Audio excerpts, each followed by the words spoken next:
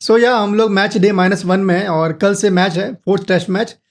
तो Lord's test match के बाद खुद को संभाल के यहाँ तक पहुँचना एक चैलेंज था, क्योंकि पीटीएसडी जो है ना, जिस तरह का मैच था और हम लोग को वो जो एक टफ लॉस था उससे रिकवर करने में थोड़ा सा टाइम लगा, लेकिन हाँ रिकवर कर चुके हैं। अब कल से जो मैच है उसके लिए प्रिपरेशन चालू है। बाकी पूरे सप्ताह में बहुत सारा न्यूज़ मिला है और जो प्लेयर्स इंजर्ड हुए हैं, सबसे पहले तो नीतीश कुमार रेड्डी जो अब सीरीज से ही बाहर हो चुके हैं, अर्शदीप सिंह जिनको थंब में चोट लगा है और इस मैच के लिए अवेलेबल नहीं है, और आकाशदीप जिनको ग्रोइन में पेन हुआ है और वो भी इस मैच के लिए अवेलेबल नहीं है। आज जो दिन में 5:30 बजे के आसपास जो शुभमन गिल का इंटरव्यू हुआ, तो तुमने भी देखा होगा, बहुत सारा अभी तो ट्विटर पर भी और न्यूज़ चैनल्स में भी ये बात चलने लगा कि उनका जो रिप्लाई था, बहुत सारे सवाल का तीखा जो सवाल था उसका तीखा रिप्लाई था। तो सब पर एक एक करके बात करेंगे। उससे पहले ये समझो कि अंशुल कंबोज को एज ए रिप्लेसमेंट कहो या तुम as a cover for Arshdeep team में बुला लिया गया है। तो एक सबसे गर्मा गर्मी सवाल जो इंग्लिश रिपोर्टर्स ने पूछा शुभमन गिल से कि तीसरे टेस्ट के तीसरे दिन पर जो आखिरी में हुआ था, आखिरी 10 मिनट में जो हुआ था, जो आपका एक्शन था, क्या आपको लगता है वो सही चीज़ है in the spirit of game? तो इस पर शुभमन गिल ने कहा कि वो दोनों ओपनर्स टोटल 90 सेकेंड लेट आए, 10 नहीं 20 नहीं, 90 सेकेंड लेट।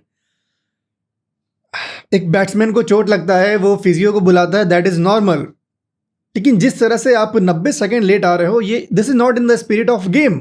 उनका ये कहना था कि वो जो जेस्चर था, यस ये वाला जेस्चर, तो वो चीज़ों के बिल्डअप के बाद हुआ, ठीक है, और ऐसा नहीं कि एकाएक वो रिएक्शन आ गया कैप्टन के तरफ से।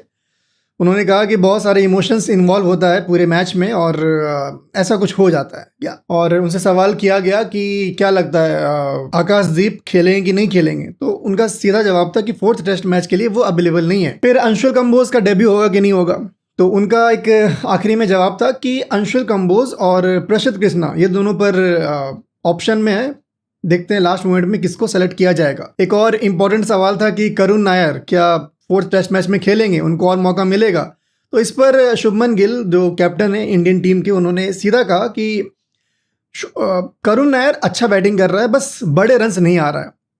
ऐसा होता है कभी कभी कि आपका बैटिंग क्लिक नहीं करता है। We will give him one more chance, और हम लोग बैक कर रहे हैं और लेट्स होप कि वो इस मैच में परफॉर्म करे। तो प्रेस कॉन्फ्रेंस से जो बात समझ में आया है कि ज़्यादा चेंजेस नहीं होने वाला है, जो फोर्स्ड चेंजेस है, जैसे आकाशदीप के जगह पर अंशुल कंबोज या प्रसिद्ध कृष्णा आ सकता है, करुण नायर विल स्टे, नीतीश कुमार रेड्डी की जगह शायद शार्दुल ठाकुर को मौका मिले, ठीक है। तो हम प्लेइंग 11 बता दें तुम लोगों को। प्लेइंग 11 मेरे हिसाब से क्या होगा कल का, तो सबसे पहले जायसवाल और केएल राहुल, उसके बाद करुण नायर, गिल, ठीक है, उसके बाद ऋषभ पंत, जडेजा, सुंदर, ये सारा सिमिलर है, सेम रहेगा।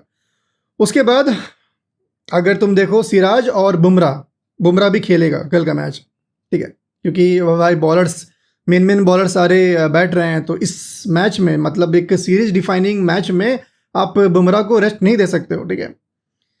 तो सिराज बुमराह हो गया, बचा 2 स्पॉट जिसमें से एक लग रहा है कि अंशुल कंबोज को मिलेगा, ज़्यादा चांसेस है। प्रसिद्ध कृष्णा पर भी टीम जा सकता है, लेकिन देखने लायक होगा। और लास्ट एक बच जाता है शार्दुल ठाकुर या कुलदीप यादव। शुभमन गिल ने ये क्लियरली बोला कि पिच जो है, पिच का जो हिस्ट्री है, वो आपको पेस और बाउंस मिलता है। सो हो सकता है मेरे हिसाब से कि शायद कुलदीप को चांस मिल जाए, मुश्किल है लेकिन नामुमकिन नहीं है। तो लेट्स होप कि सबसे पहले तो भाई लेट्स होप कि वेदर सही रहे, क्योंकि जिस तरह से बारिश हो रही है, इंग्लिश वेदर कंडीशन भाई अनसर्टेन होता है, कोई ठीक नहीं है। अभी बारिश हो रहा है, 2 घंटे बाद सनशाइन हो जाएगा, फिर तेज़ हवा चलेगा, तुम जैकेट पहनोगे, उतारोगे। जिस तरह का वेदर है, हमको लगता है कि जो भी कैप्टन टॉस जीतेगा वो बॉलिंग ही लेना चाहेगा, ठीक है। तो मिलते हैं कल।